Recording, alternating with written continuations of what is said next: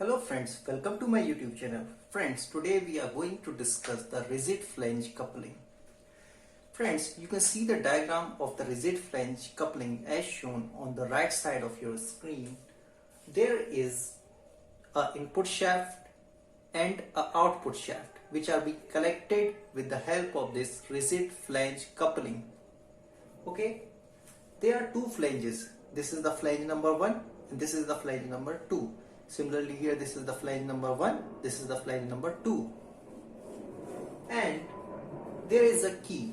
Here key is used to connect the member of the input shaft to the flanges and from the member of the output shaft to the flanges. And also there are rims. These are the rims that act as a protecting case for the bolts. And also there are hub. This is the hub as shown in the figure. Now we will go to the design process for the rigid flange coupling. Now friends, see this. The first step in any design process is the shaft material selection and key material selection, bolt material selection and flange material selection. Generally shafts are made of plain carbon steel, so you can use plain carbon steel as shaft material, and key is made of plain carbon steel, and bolts are also made of plain carbon steel generally, but the flanges are made of grey cast iron, so you have to keep in mind that flanges are made of cast iron. So suppose I am taking 30 C8 as shaft material and 40 C8 as key material. Okay, I am taking these two things as shaft material and key material, and bolt as 30 C8 plain carbon steel, and flanges as FG200 grey cast iron. Now friend, you have to go into your data book and look for the yield strength and tension for shaft material corresponding to this 30 C8, and yield strength and tension for this key material corresponding to 40 C8 material. And similarly you have to see the yield strength and tension from the design data book for the bolt material, and the ultimate tensile strength is seen from design data book for flange material corresponding to FG200 grey cast iron. So you have to look for these properties of the material of the shaft, key, bolt and flange. Now the next step is the permissible stress calculation. Now the shaft are subjected to the torsional shear stress, so we will calculate the permissible shear stress for the shaft material using this formula, which is equal to permissible shear stress is equal to 0.5 times into SYT, that is the yield strength and tension for the shaft material, and factor of safety. Factor of safety can be taken as 2.5 here. You can take any value according to your convenience, and relative variation according to the design data book and the machine design book. And for the key material, the key are generally subjected to the shear stress and crushing stress, so you have to calculate the permissible shear stress for the key material using this formula, and permissible shear stress for key material using this formula, where S by T is selected for the key material, and we have to put the value of S by T selected for the key material in these two formula to get the value of permissible shear stress for key material and permissible crushing stress for the key material. You can take factor of safety as 2.5 here also, or you can take other value of factor of safety according to your convenience. And for the bolt material, the bolt are subjected to the shear stress and crushing stress, so you can find out the permissible shear stress and permissible crushing stress in the same manner using the bolt material, that the yield strength and tension for the bolt material, and putting that value in these two formula you can find the value of permissible shear stress and permissible crushing stress for bolt material. And the flanges are basically subjected to the shear stresses. Okay, flanges are subjected to the shear stresses, so you have to find out the value of the shear stress for the permissible shear stress for the flange material using this formula, where SUT is the ultimate tensile strength for the flange material. So you have to put the value of SUT here to get the value of permissible shear stress for the flange material, and the factor of safety can be taken as 6 here. Okay, here you can take 2.5 as your factor of safety, and here you can also take 2.5 as your factor of safety, but here you have to take 6 as your factor of safety. Now the next step is the diameter of the shaft calculation, where D is the diameter of the shaft. Now using the power equation, power is equal to 2 pi nt divided by 60, where T is the torque transmitted and is the RPM of the shaft. You can find out from this expression the torque being transmitted, because power is generally given to us in the question and RPM of the shaft is also generally given into the question. So we can find out the value of torque using this relation from this first formula and put this value of torque in this expression and use the permissible shear stress for the shaft material from here into this expression. Okay, now torque is known to us from this formula and tau is known to us from the permissible shear stress value, so you can easily calculate the diameter of the shaft. So once the diameter of shaft is calculated by us, the next step is to calculate the dimension of the flanges. Now friend, first dimension is the outer diameter of the hub, denoted by DH. Okay friend, so the outer diameter of the hub, denoted by DH, is given as 2.5 times into diameter of the shaft. And diameter of the shaft we know, so we will put the value of diameter of the shaft here and we will get the outer diameter of the hub. The next thing is the length of the hub, or effective length of the key. So the length of the hub is equal to distance from this point to this point, or distance from this point to this point. So the length of the hub is equal to 1.5 into diameter of the shaft. So you can put the value of diameter of shaft again here and you can calculate the length of the hub. The next thing is the pitch circle diameter of the bolt. You have to calculate the pitch circle diameter of the bolt, denoted by capital D, by putting the value of diameter here. The next thing is the thickness of the flanges. So thickness of the flanges can be calculated as 0.5 times D. Similarly, putting the value of D here, you can find out the thickness of the flanges. And T1 is the thickness of the protective rim, where T1 is the thickness of this protective rim. These are the protective rim, this thickness. Okay, this is the thickness of the protective rim. So you can calculate the thickness of the protective rims in the similar manner. And the diameter of the spigot and recess is 1.5 D. You can calculate by yourself. And D0 is the outside diameter of the flange, which is equal to 4D plus 2T1. So T1 we have calculated earlier, so you can put the value of T1 here into this expression, and the diameter can be taken from here and can be substituted here, so that you can find out the outer diameter of the flange. So these are the things you can calculate, so you can determine the dimension of the flanges. So up to step number 4 we have calculated the dimension of the flanges. Next step is the calculation of the dimension of key.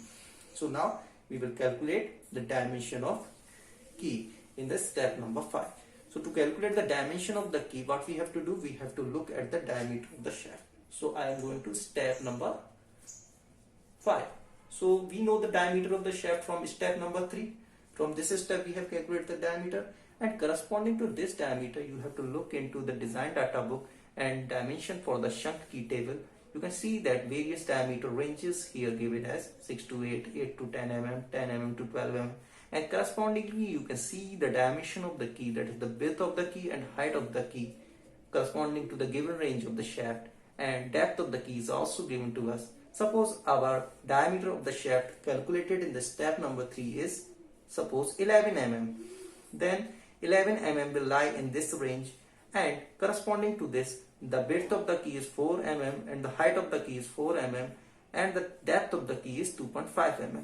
So the dimension of the key can be calculated very easily corresponding to the diameter of the shaft, that the width, height and depth of the key can be calculated from this table, and the length of the key is taken as 1.5 times D, where D is the diameter of the shaft as calculated in the step number 3. So we have calculated the dimension of the key. Now we will decide the number of bolts. The number of bolts that we are using in this flange coupling. So decide the number of the bolts. We have to go into your design data book, our design data book, and see the empirical relations given for the number of the bolt. So the number of the bolts are estimated using the things that I am telling you. So I am rubbing this value, this thing. Now we will go to the step number 5. Step number 6. Now decide the number of bolts. Number of bolts we have to decide. If n is equal to 3, n is equal to, that is the number of bolt is equal to 3 if the diameter of the shaft as calculated from the step number 3 is smaller than 40 mm, and number of bolt is equal to 4 if diameter of the shaft is lying between 40 mm to 100 mm, and if the diameter of the shaft is greater than 100 mm, okay, and smaller than 180 mm, then the number of bolts will be taken as how much? 6. So this is the empirical relation. These are the empirical relations that will be available in your data book. So you have to open your data book and see these empirical relations to find the number of the bolts used in this flange coupling, and after that you have to find out the diameter of the bolts. So the next step is the calculation of the diameter of the bolt. In the step number 7 we will calculate the diameter of the bolt. So diameter of the bolt can be found out using this formula, where d1 is the diameter of the bolt. d1 square is equal to 8t, that is the torque which is being acting over the shaft. We have calculated the value of the torque in the step number 3, so you have to go back into the video and you have to see the value of the torque we have calculated in the step number 3, and pi d n tau, okay, where capital D is the pitch circle diameter. We have already calculated in the previous step, that is the step number 4. We have calculated this value, and here tau is the permissible shear stress for the bolt material, so you have to put the value of tau b here. This is tau b, you have to put from here, and you can find out the value of the diameter of the bolt by putting n here, where n is the number of the bolt. You have to put the value of the number of bolt here. This is small n, okay, so you can find out the diameter of the bolts, because you know the d which circle diameter we have already calculated in the step number 4, and n is the number of the bolt. You have to choose from the according to the diameter of the shaft, and tb you have to take from this, that is the permissible value of the shear stress for the bolt material. Now let us come to the step number 8. In the step number 8 we have to check the induced stresses in the flanges, okay, so you have to check the induced stresses in the flanges. So check for the induced stresses in the flanges, because flanges are subjected to the shear stress. So I am using the stress equation, that is torsional equation, T into R. This is step number 8. That is checking the shear stress induced in the flanges, denoted by tau f. T into R into J. T we have calculated in the step number 3 already, and R is equal to dH by 2. dH we have already calculated in the step number 4. You have to look into this for value for dH in the step number 4, and J is equal to pi dH whole square whole raised to power 4 minus diameter raised to power 4 divided by 32, where D we have calculated in the step number 3 and DH we have already calculated in the step number 4. So putting all these values, you can find out the value of tau f, and you have to check this value of tau f whether it is smaller than the value for this tau f, that is the tau capital F. If this value of tau f is smaller than tau f, then the design is safe. That is this tau f induced in the flanges is smaller than the permissible shear stress for the flange material, then the design is safe. Now go to the step number next step, that is the step number 8. I am going to the step number 9. In the step number 9 we have to check for the failure of the key. Now key can fail in the shear failure and in crushing failure. So you have to check the shear stress induced in the key and the crushing stress being induced in the key. So the shear stress induced in the key is given as 2T divided by dVL and CS crushing stress being induced in the key is given as 4T divided by DHL, where T is the torque being transmitted, and we have calculated the value of T in the step number 3 already, and the dimension of the key we have already calculated in the step number 5. So you can put all these values, where L is the length of the key here, so you can correct it, LK, here LK. So you can, and dt is the, here dt is the depth of the key, this is depth of the key.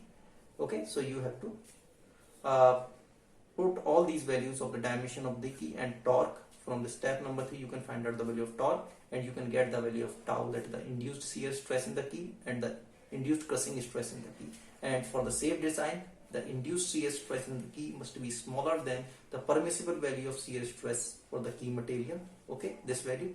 And for the safe design, the induced crushing stress in the key must be smaller than the crushing stress, permissible value of crushing stress for the key material. So this was all for today's video, friend, and if you like my video, you can subscribe to my channel and also press the bell icon for the notification of the upcoming videos. So thank you, friend, for watching the video. And friend, I have already covered the clamp coupling and the other type of coupling in the previous video lecture, so you can see all those videos also, so that you can boost your concept and knowledge regarding the machine design engineering. So thank you, friend, for watching the video. Do not forget to subscribe my channel. Thank you, friends.